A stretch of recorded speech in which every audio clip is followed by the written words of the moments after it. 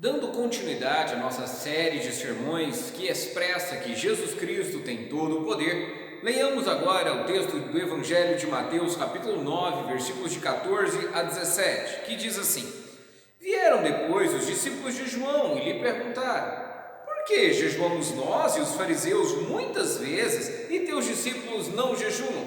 Respondeu-lhes Jesus: Podem por acaso estar tristes os convidados para o casamento enquanto o noivo está com eles?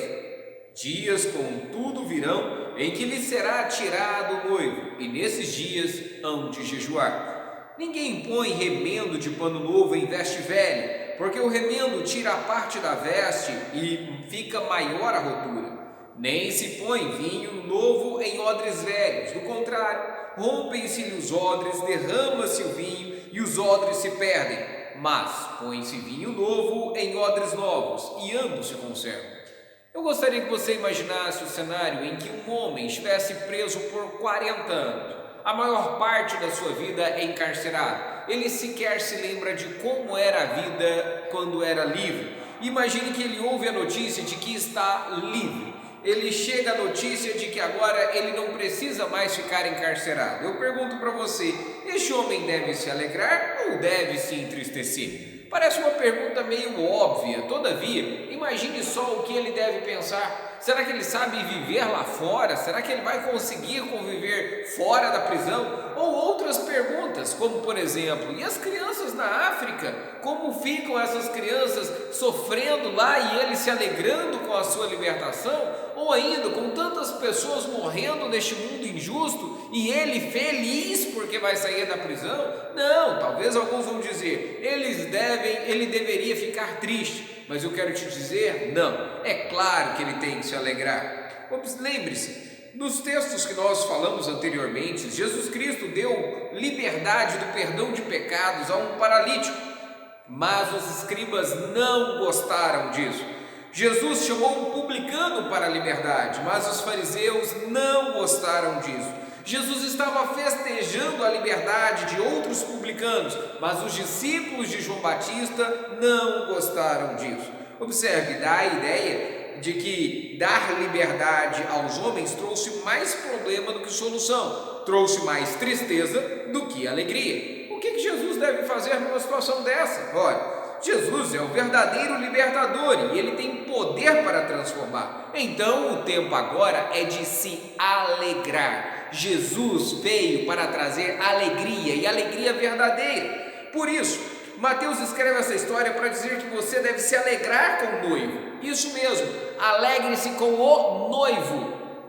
Observe, o texto diz que os discípulos de João Batista estavam tristes. Eles dizem, jejuamos nós, ou seja, esse jejum é de tristeza. Vamos explicar quem são os discípulos de João Batista para que você possa compreender esse cenário e essa pergunta tão importante. Bem, a primeira coisa que precisamos lembrar é de quem era João Batista, o último profeta do Antigo Testamento, aquele que preparou o caminho do Messias, a voz que clama no deserto e também primo de Jesus. Fez um excelente trabalho ao mostrar Cristo como sendo o Cordeiro de Deus que tira o pecado do mundo. Todavia, nem todos entenderam isso. Acontece que depois que João Batista foi preso, os seus discípulos continuaram pregando. Você deve se lembrar no capítulo 4 que João Batista foi preso e Jesus foi para a Galiléia. Todavia, os seus discípulos continuaram pregando e pregavam arrependimento. Eles pregavam uma dieta alimentar mais restrita, assim como era do seu mestre. E eles continuaram lhe servindo. Continuando depois disso, João Batista morre e eles continuam pregando. A ponto de 20 anos depois, nós temos um homem chamado Apolo, descrito no livro de Atos, como sendo discípulo de João Batista. Esse grupo continuou ampliando, eles ainda aguardavam pelo Messias pregado por João Batista.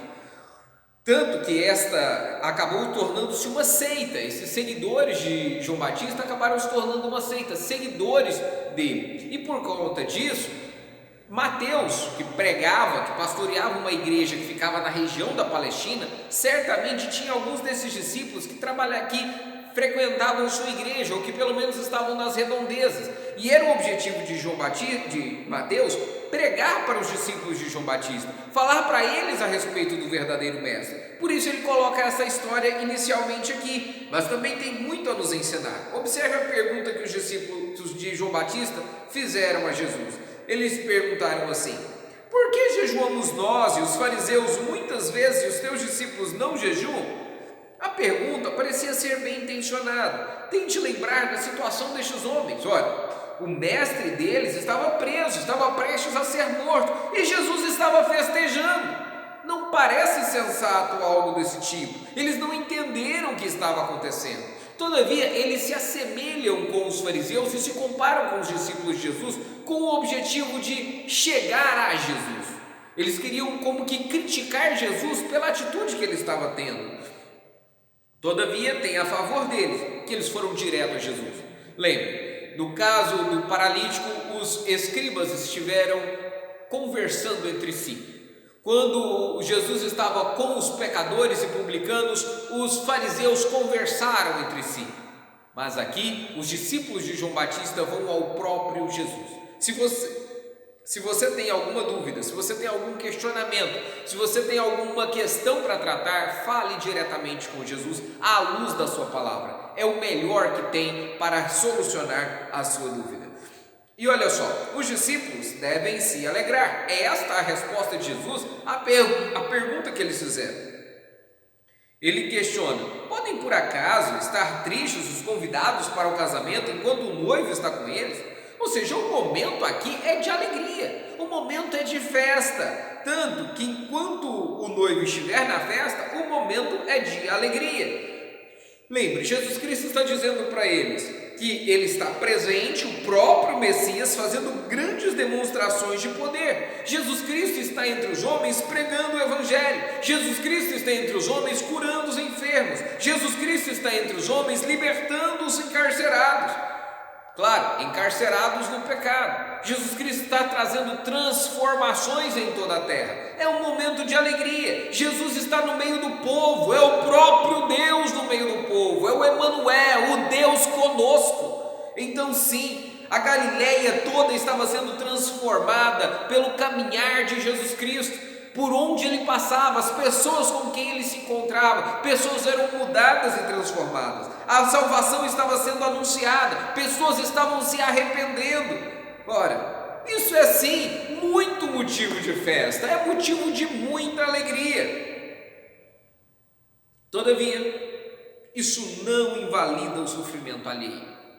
Certamente, enquanto tiver pecado no mundo, haverá sofrimento. Todavia, Jesus Cristo, quando diz que não podem os convidados se entristecer para o casamento enquanto o noivo está com eles, porque Jesus está transformando esta realidade. Jesus Cristo ele é a esperança para mudar este mundo.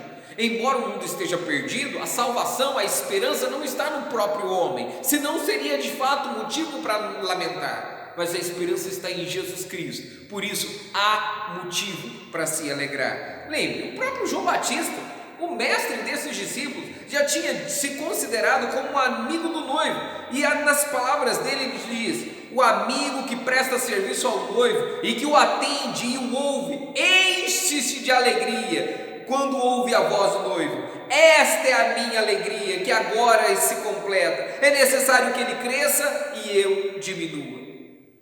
Olha, você não deve abandonar os seus problemas e pensar na vida como se tudo fosse alegria. Não é isso que eu estou dizendo. Todavia, nessa ocasião, Jesus Cristo está ensinando a fazer o uso de 2 óculos que eu gostaria de ilustrar. O primeiro óculos é para que você possa ver o sofrimento de perto. E quando você olha para perto, você vê a cena do sofrimento, realmente nos entristecemos. Realmente lágrimas vêm aos nossos olhos. De fato, angústias alcançam os nossos corações.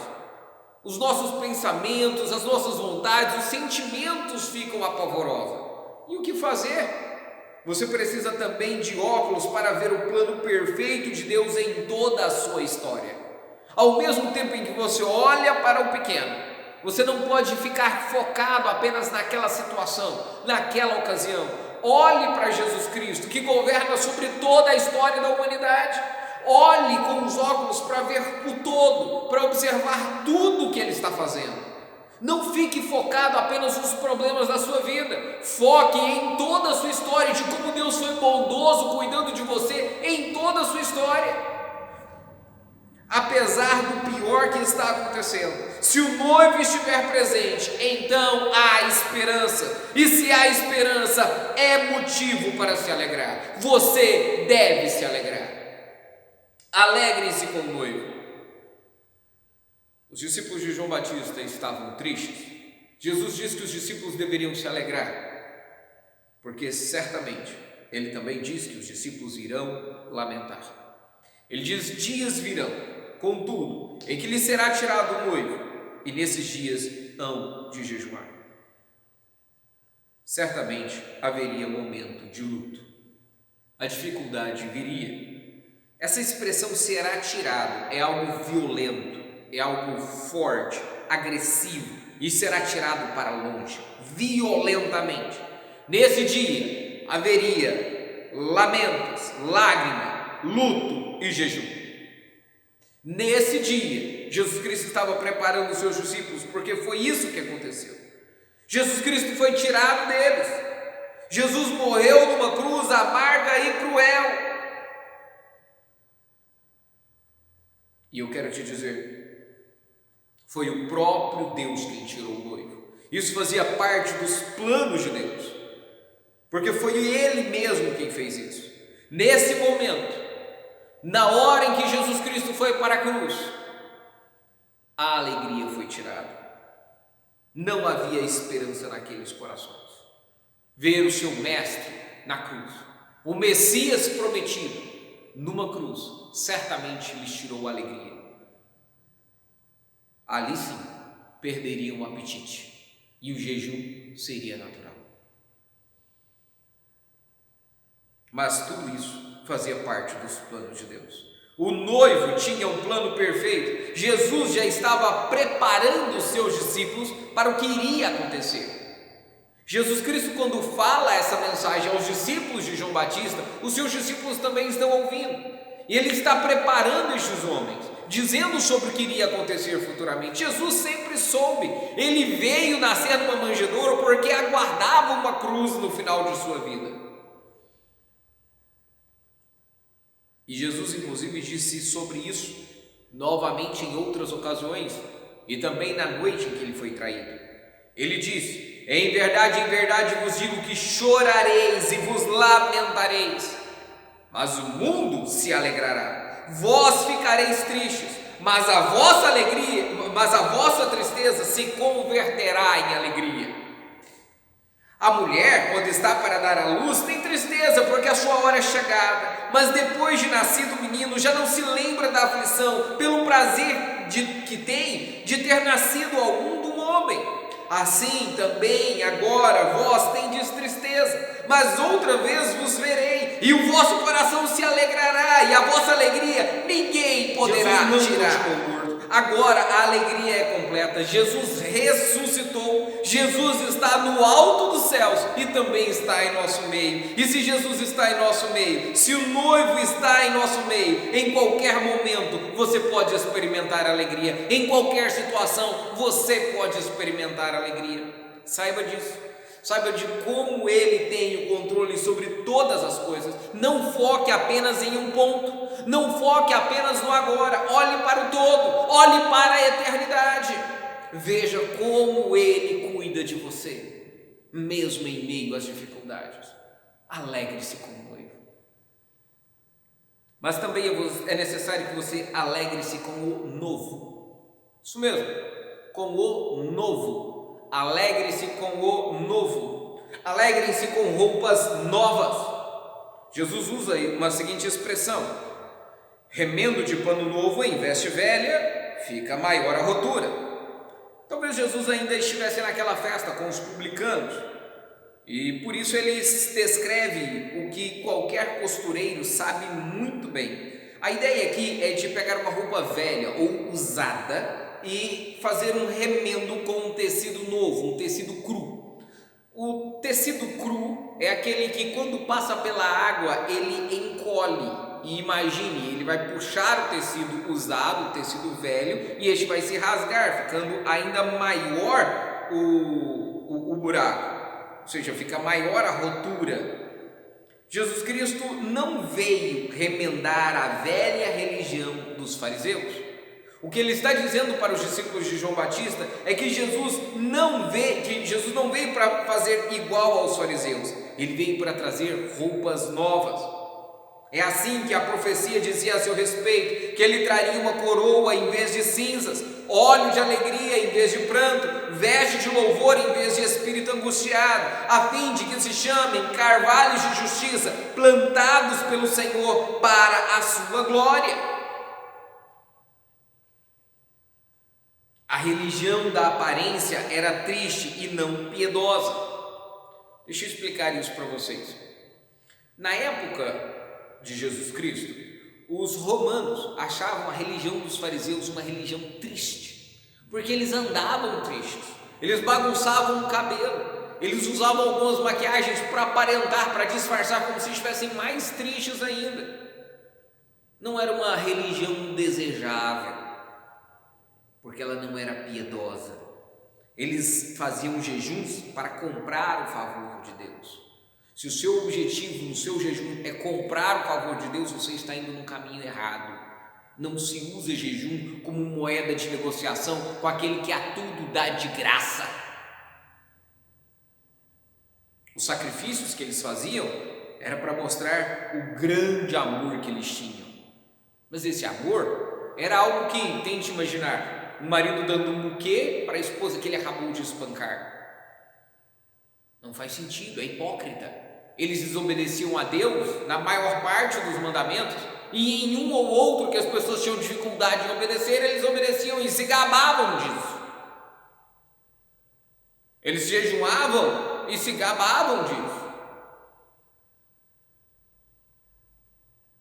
O jejum é um excelente modo de buscar arrependimento de práticas pecaminosas. Mas, novamente, não é para que você se torture para buscar arrependimento, não. Para reservar um momento para Deus em busca de arrependimento. O jejum é bom para demonstrar luto e tristeza, e muitas vezes ele surge naturalmente, voluntariamente, quando se perde o apetite por causa da ansiedade, da tristeza. O jejum é uma boa forma de pedir a ajuda de Deus, entregando a Ele toda a situação.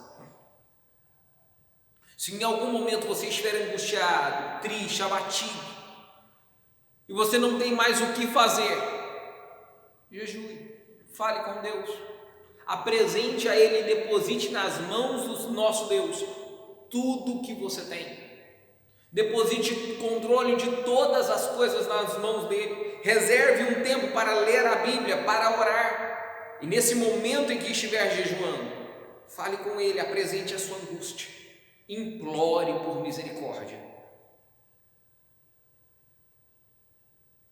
Enquanto a religião dos fariseus tentava aproximar o homem de Deus por meio de suas próprias práticas, Jesus rasgou o véu que separava o homem de Deus. Os fariseus fracassaram continuamente ao tentar se aproximar de Deus através das suas obras, mas Jesus Cristo triunfou quando rasgou o véu, fazendo com que agora o homem se aproximasse de Deus, e não há remendo para este véu. Jesus te leva para junto de Deus.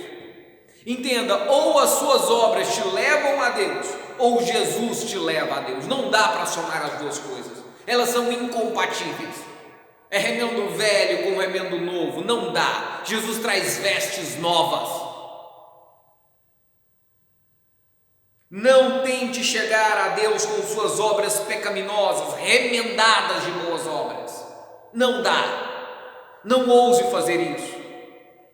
Não tente chegar a Deus com obras boas, porque elas são apenas trapos de imundícia. Não são suficientes para a salvação.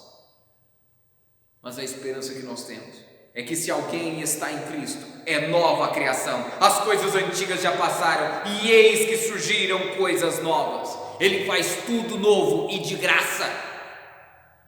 Você não precisa das suas obras para se chegar a Deus. Você precisa de fé e arrependimento. Você precisa confiar no que Cristo fez por você na cruz. E Ele faz de você uma nova criação, de graça. E aí sim, você estará habilitado para obedecer. Você também deve se alegrar com o novo, alegrando-se com o vinho novo. Jesus Cristo usa um terceiro exemplo para falar com os discípulos de João Batista. Ele tinha muita paciência para falar com estes homens. Observe, ele, para responder àqueles homens que estão em sofrimento, estão em jejum, em luto, por causa da dificuldade que o seu mestre está passando, Jesus primeiro diz que os convidados não podem se entristecer enquanto o noivo está com eles.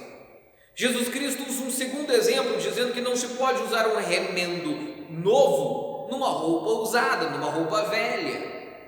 E por fim ele usa um terceiro exemplo, também num ambiente festivo, talvez o ambiente em que eles estivessem. Jesus Cristo deve ter falado de um odre. Ora, o que é um odre? Odre é um recipiente feito de couro. Talvez você tenha visto em algum filme alguns homens que vão caminhar em uma região árida e carregam consigo um odre, como se fosse um cantil, onde ele enche de água e pode beber, feito de couro. Isso é um odre. Naquela época eles usavam odres para armazenar vinhos e faziam isso com o couro das ovelhas. Inclusive era comum usar o couro de uma ovelha, dela inteira, de todo o couro da ovelha, ou seja, o odre ficava no formato de uma ovelha. Esse odre eles costuravam todo o couro, né? E usavam a cabeça, o pescoço como gargalo, e ali colocavam um vinho novo. Ora, uma vez que o vinho fermenta, expandia aquele couro que estava num processo de curtimento e também expandia junto com o vinho. Todavia, se o couro, e isso porque o couro novo aguenta a pressão, mas o couro velho se arrebenta, ele não tem mais elasticidade, e por isso se perde o odre e o vinho. Jesus Cristo traz vinho novo para colocar em odres novos. Não dá para misturar o conteúdo da graça numa religião de obras. Não dá para misturar misericórdia com os sacrifícios. Não dá para misturar o perdão de pecados com as prioridades deste mundo. Não dá para misturar a libertação dos pecados com a volta aos pecados. Não dá para misturar a verdade da Bíblia com fofocas. Não dá para misturar as boas novas do reino com a timidez para evangelizar. Não dá para misturar a transformação de Cristo com a mesma vida de antigamente. Não dá para misturar. Jesus faz uma obra completa. Paulo diz isso, falando: estou plenamente certo de que aquele que começou a boa obra em vós há de completá-la até o dia de Cristo Jesus. Ele não deixa as coisas pelas metades, ele faz completo o seu serviço. Jesus chamou os discípulos de João Batista para uma nova vida com vinho novo, uma nova vida com o noivo que transforma completamente a sua vida. Entenda, se alegrar com o noivo e com o reino não resolve os problemas temporários desta vida, mas traz significado para o seu sofrimento. Preste atenção nisso. Se alegrar com o noivo e com o reino não resolve os seus problemas temporários, mas traz esperança de que um dia esse sofrimento passará. Se alegrar com o noivo e com o reino não resolve os seus problemas imediatos, mas traz forças para enfrentar cada um deles.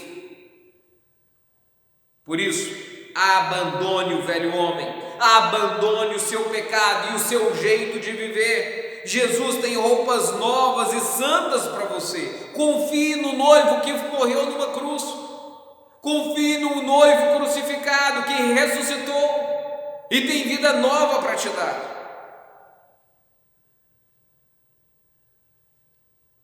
Eu quero falar com você que provavelmente escuta esses vídeos sendo um cristão. Você que já é evangélico há alguns anos, eu te pergunto, você já se acostumou com as verdades maravilhosas da Bíblia? Você já se acostumou? Talvez alguns possam criticar que você não deveria se acostumar com elas. Na verdade, não é um problema, é bom se acostumar com essas verdades. O problema é o que isso gera em você. Ao invés de amadurecer, você voltou à infantilidade de tentar negociar com Deus? Ou você amadureceu? Pare de tentar negociar com Deus, converta-se de novo. Pare de tentar negociar com Deus, confie de novo. Pare de tentar negociar com Deus e arrependa-se de novo. O noivo quer você de volta. Acostumado com as verdades, mas também transformado por elas. Você que está triste com problemas, você que está de luto, em jejum, você que está aflito por causa de alguma aflição que tem passado, as dores que te acometem e que são terríveis, eu quero te dizer, o noivo quer alegrar a sua vida. De novo, não estou falando de um sorriso falso. Eu não estou prometendo resolver todos os seus problemas. É preciso que você entenda que a proposta de Cristo é que você confie nele como aquele que possui todo o poder, toda a sabedoria e todo o amor.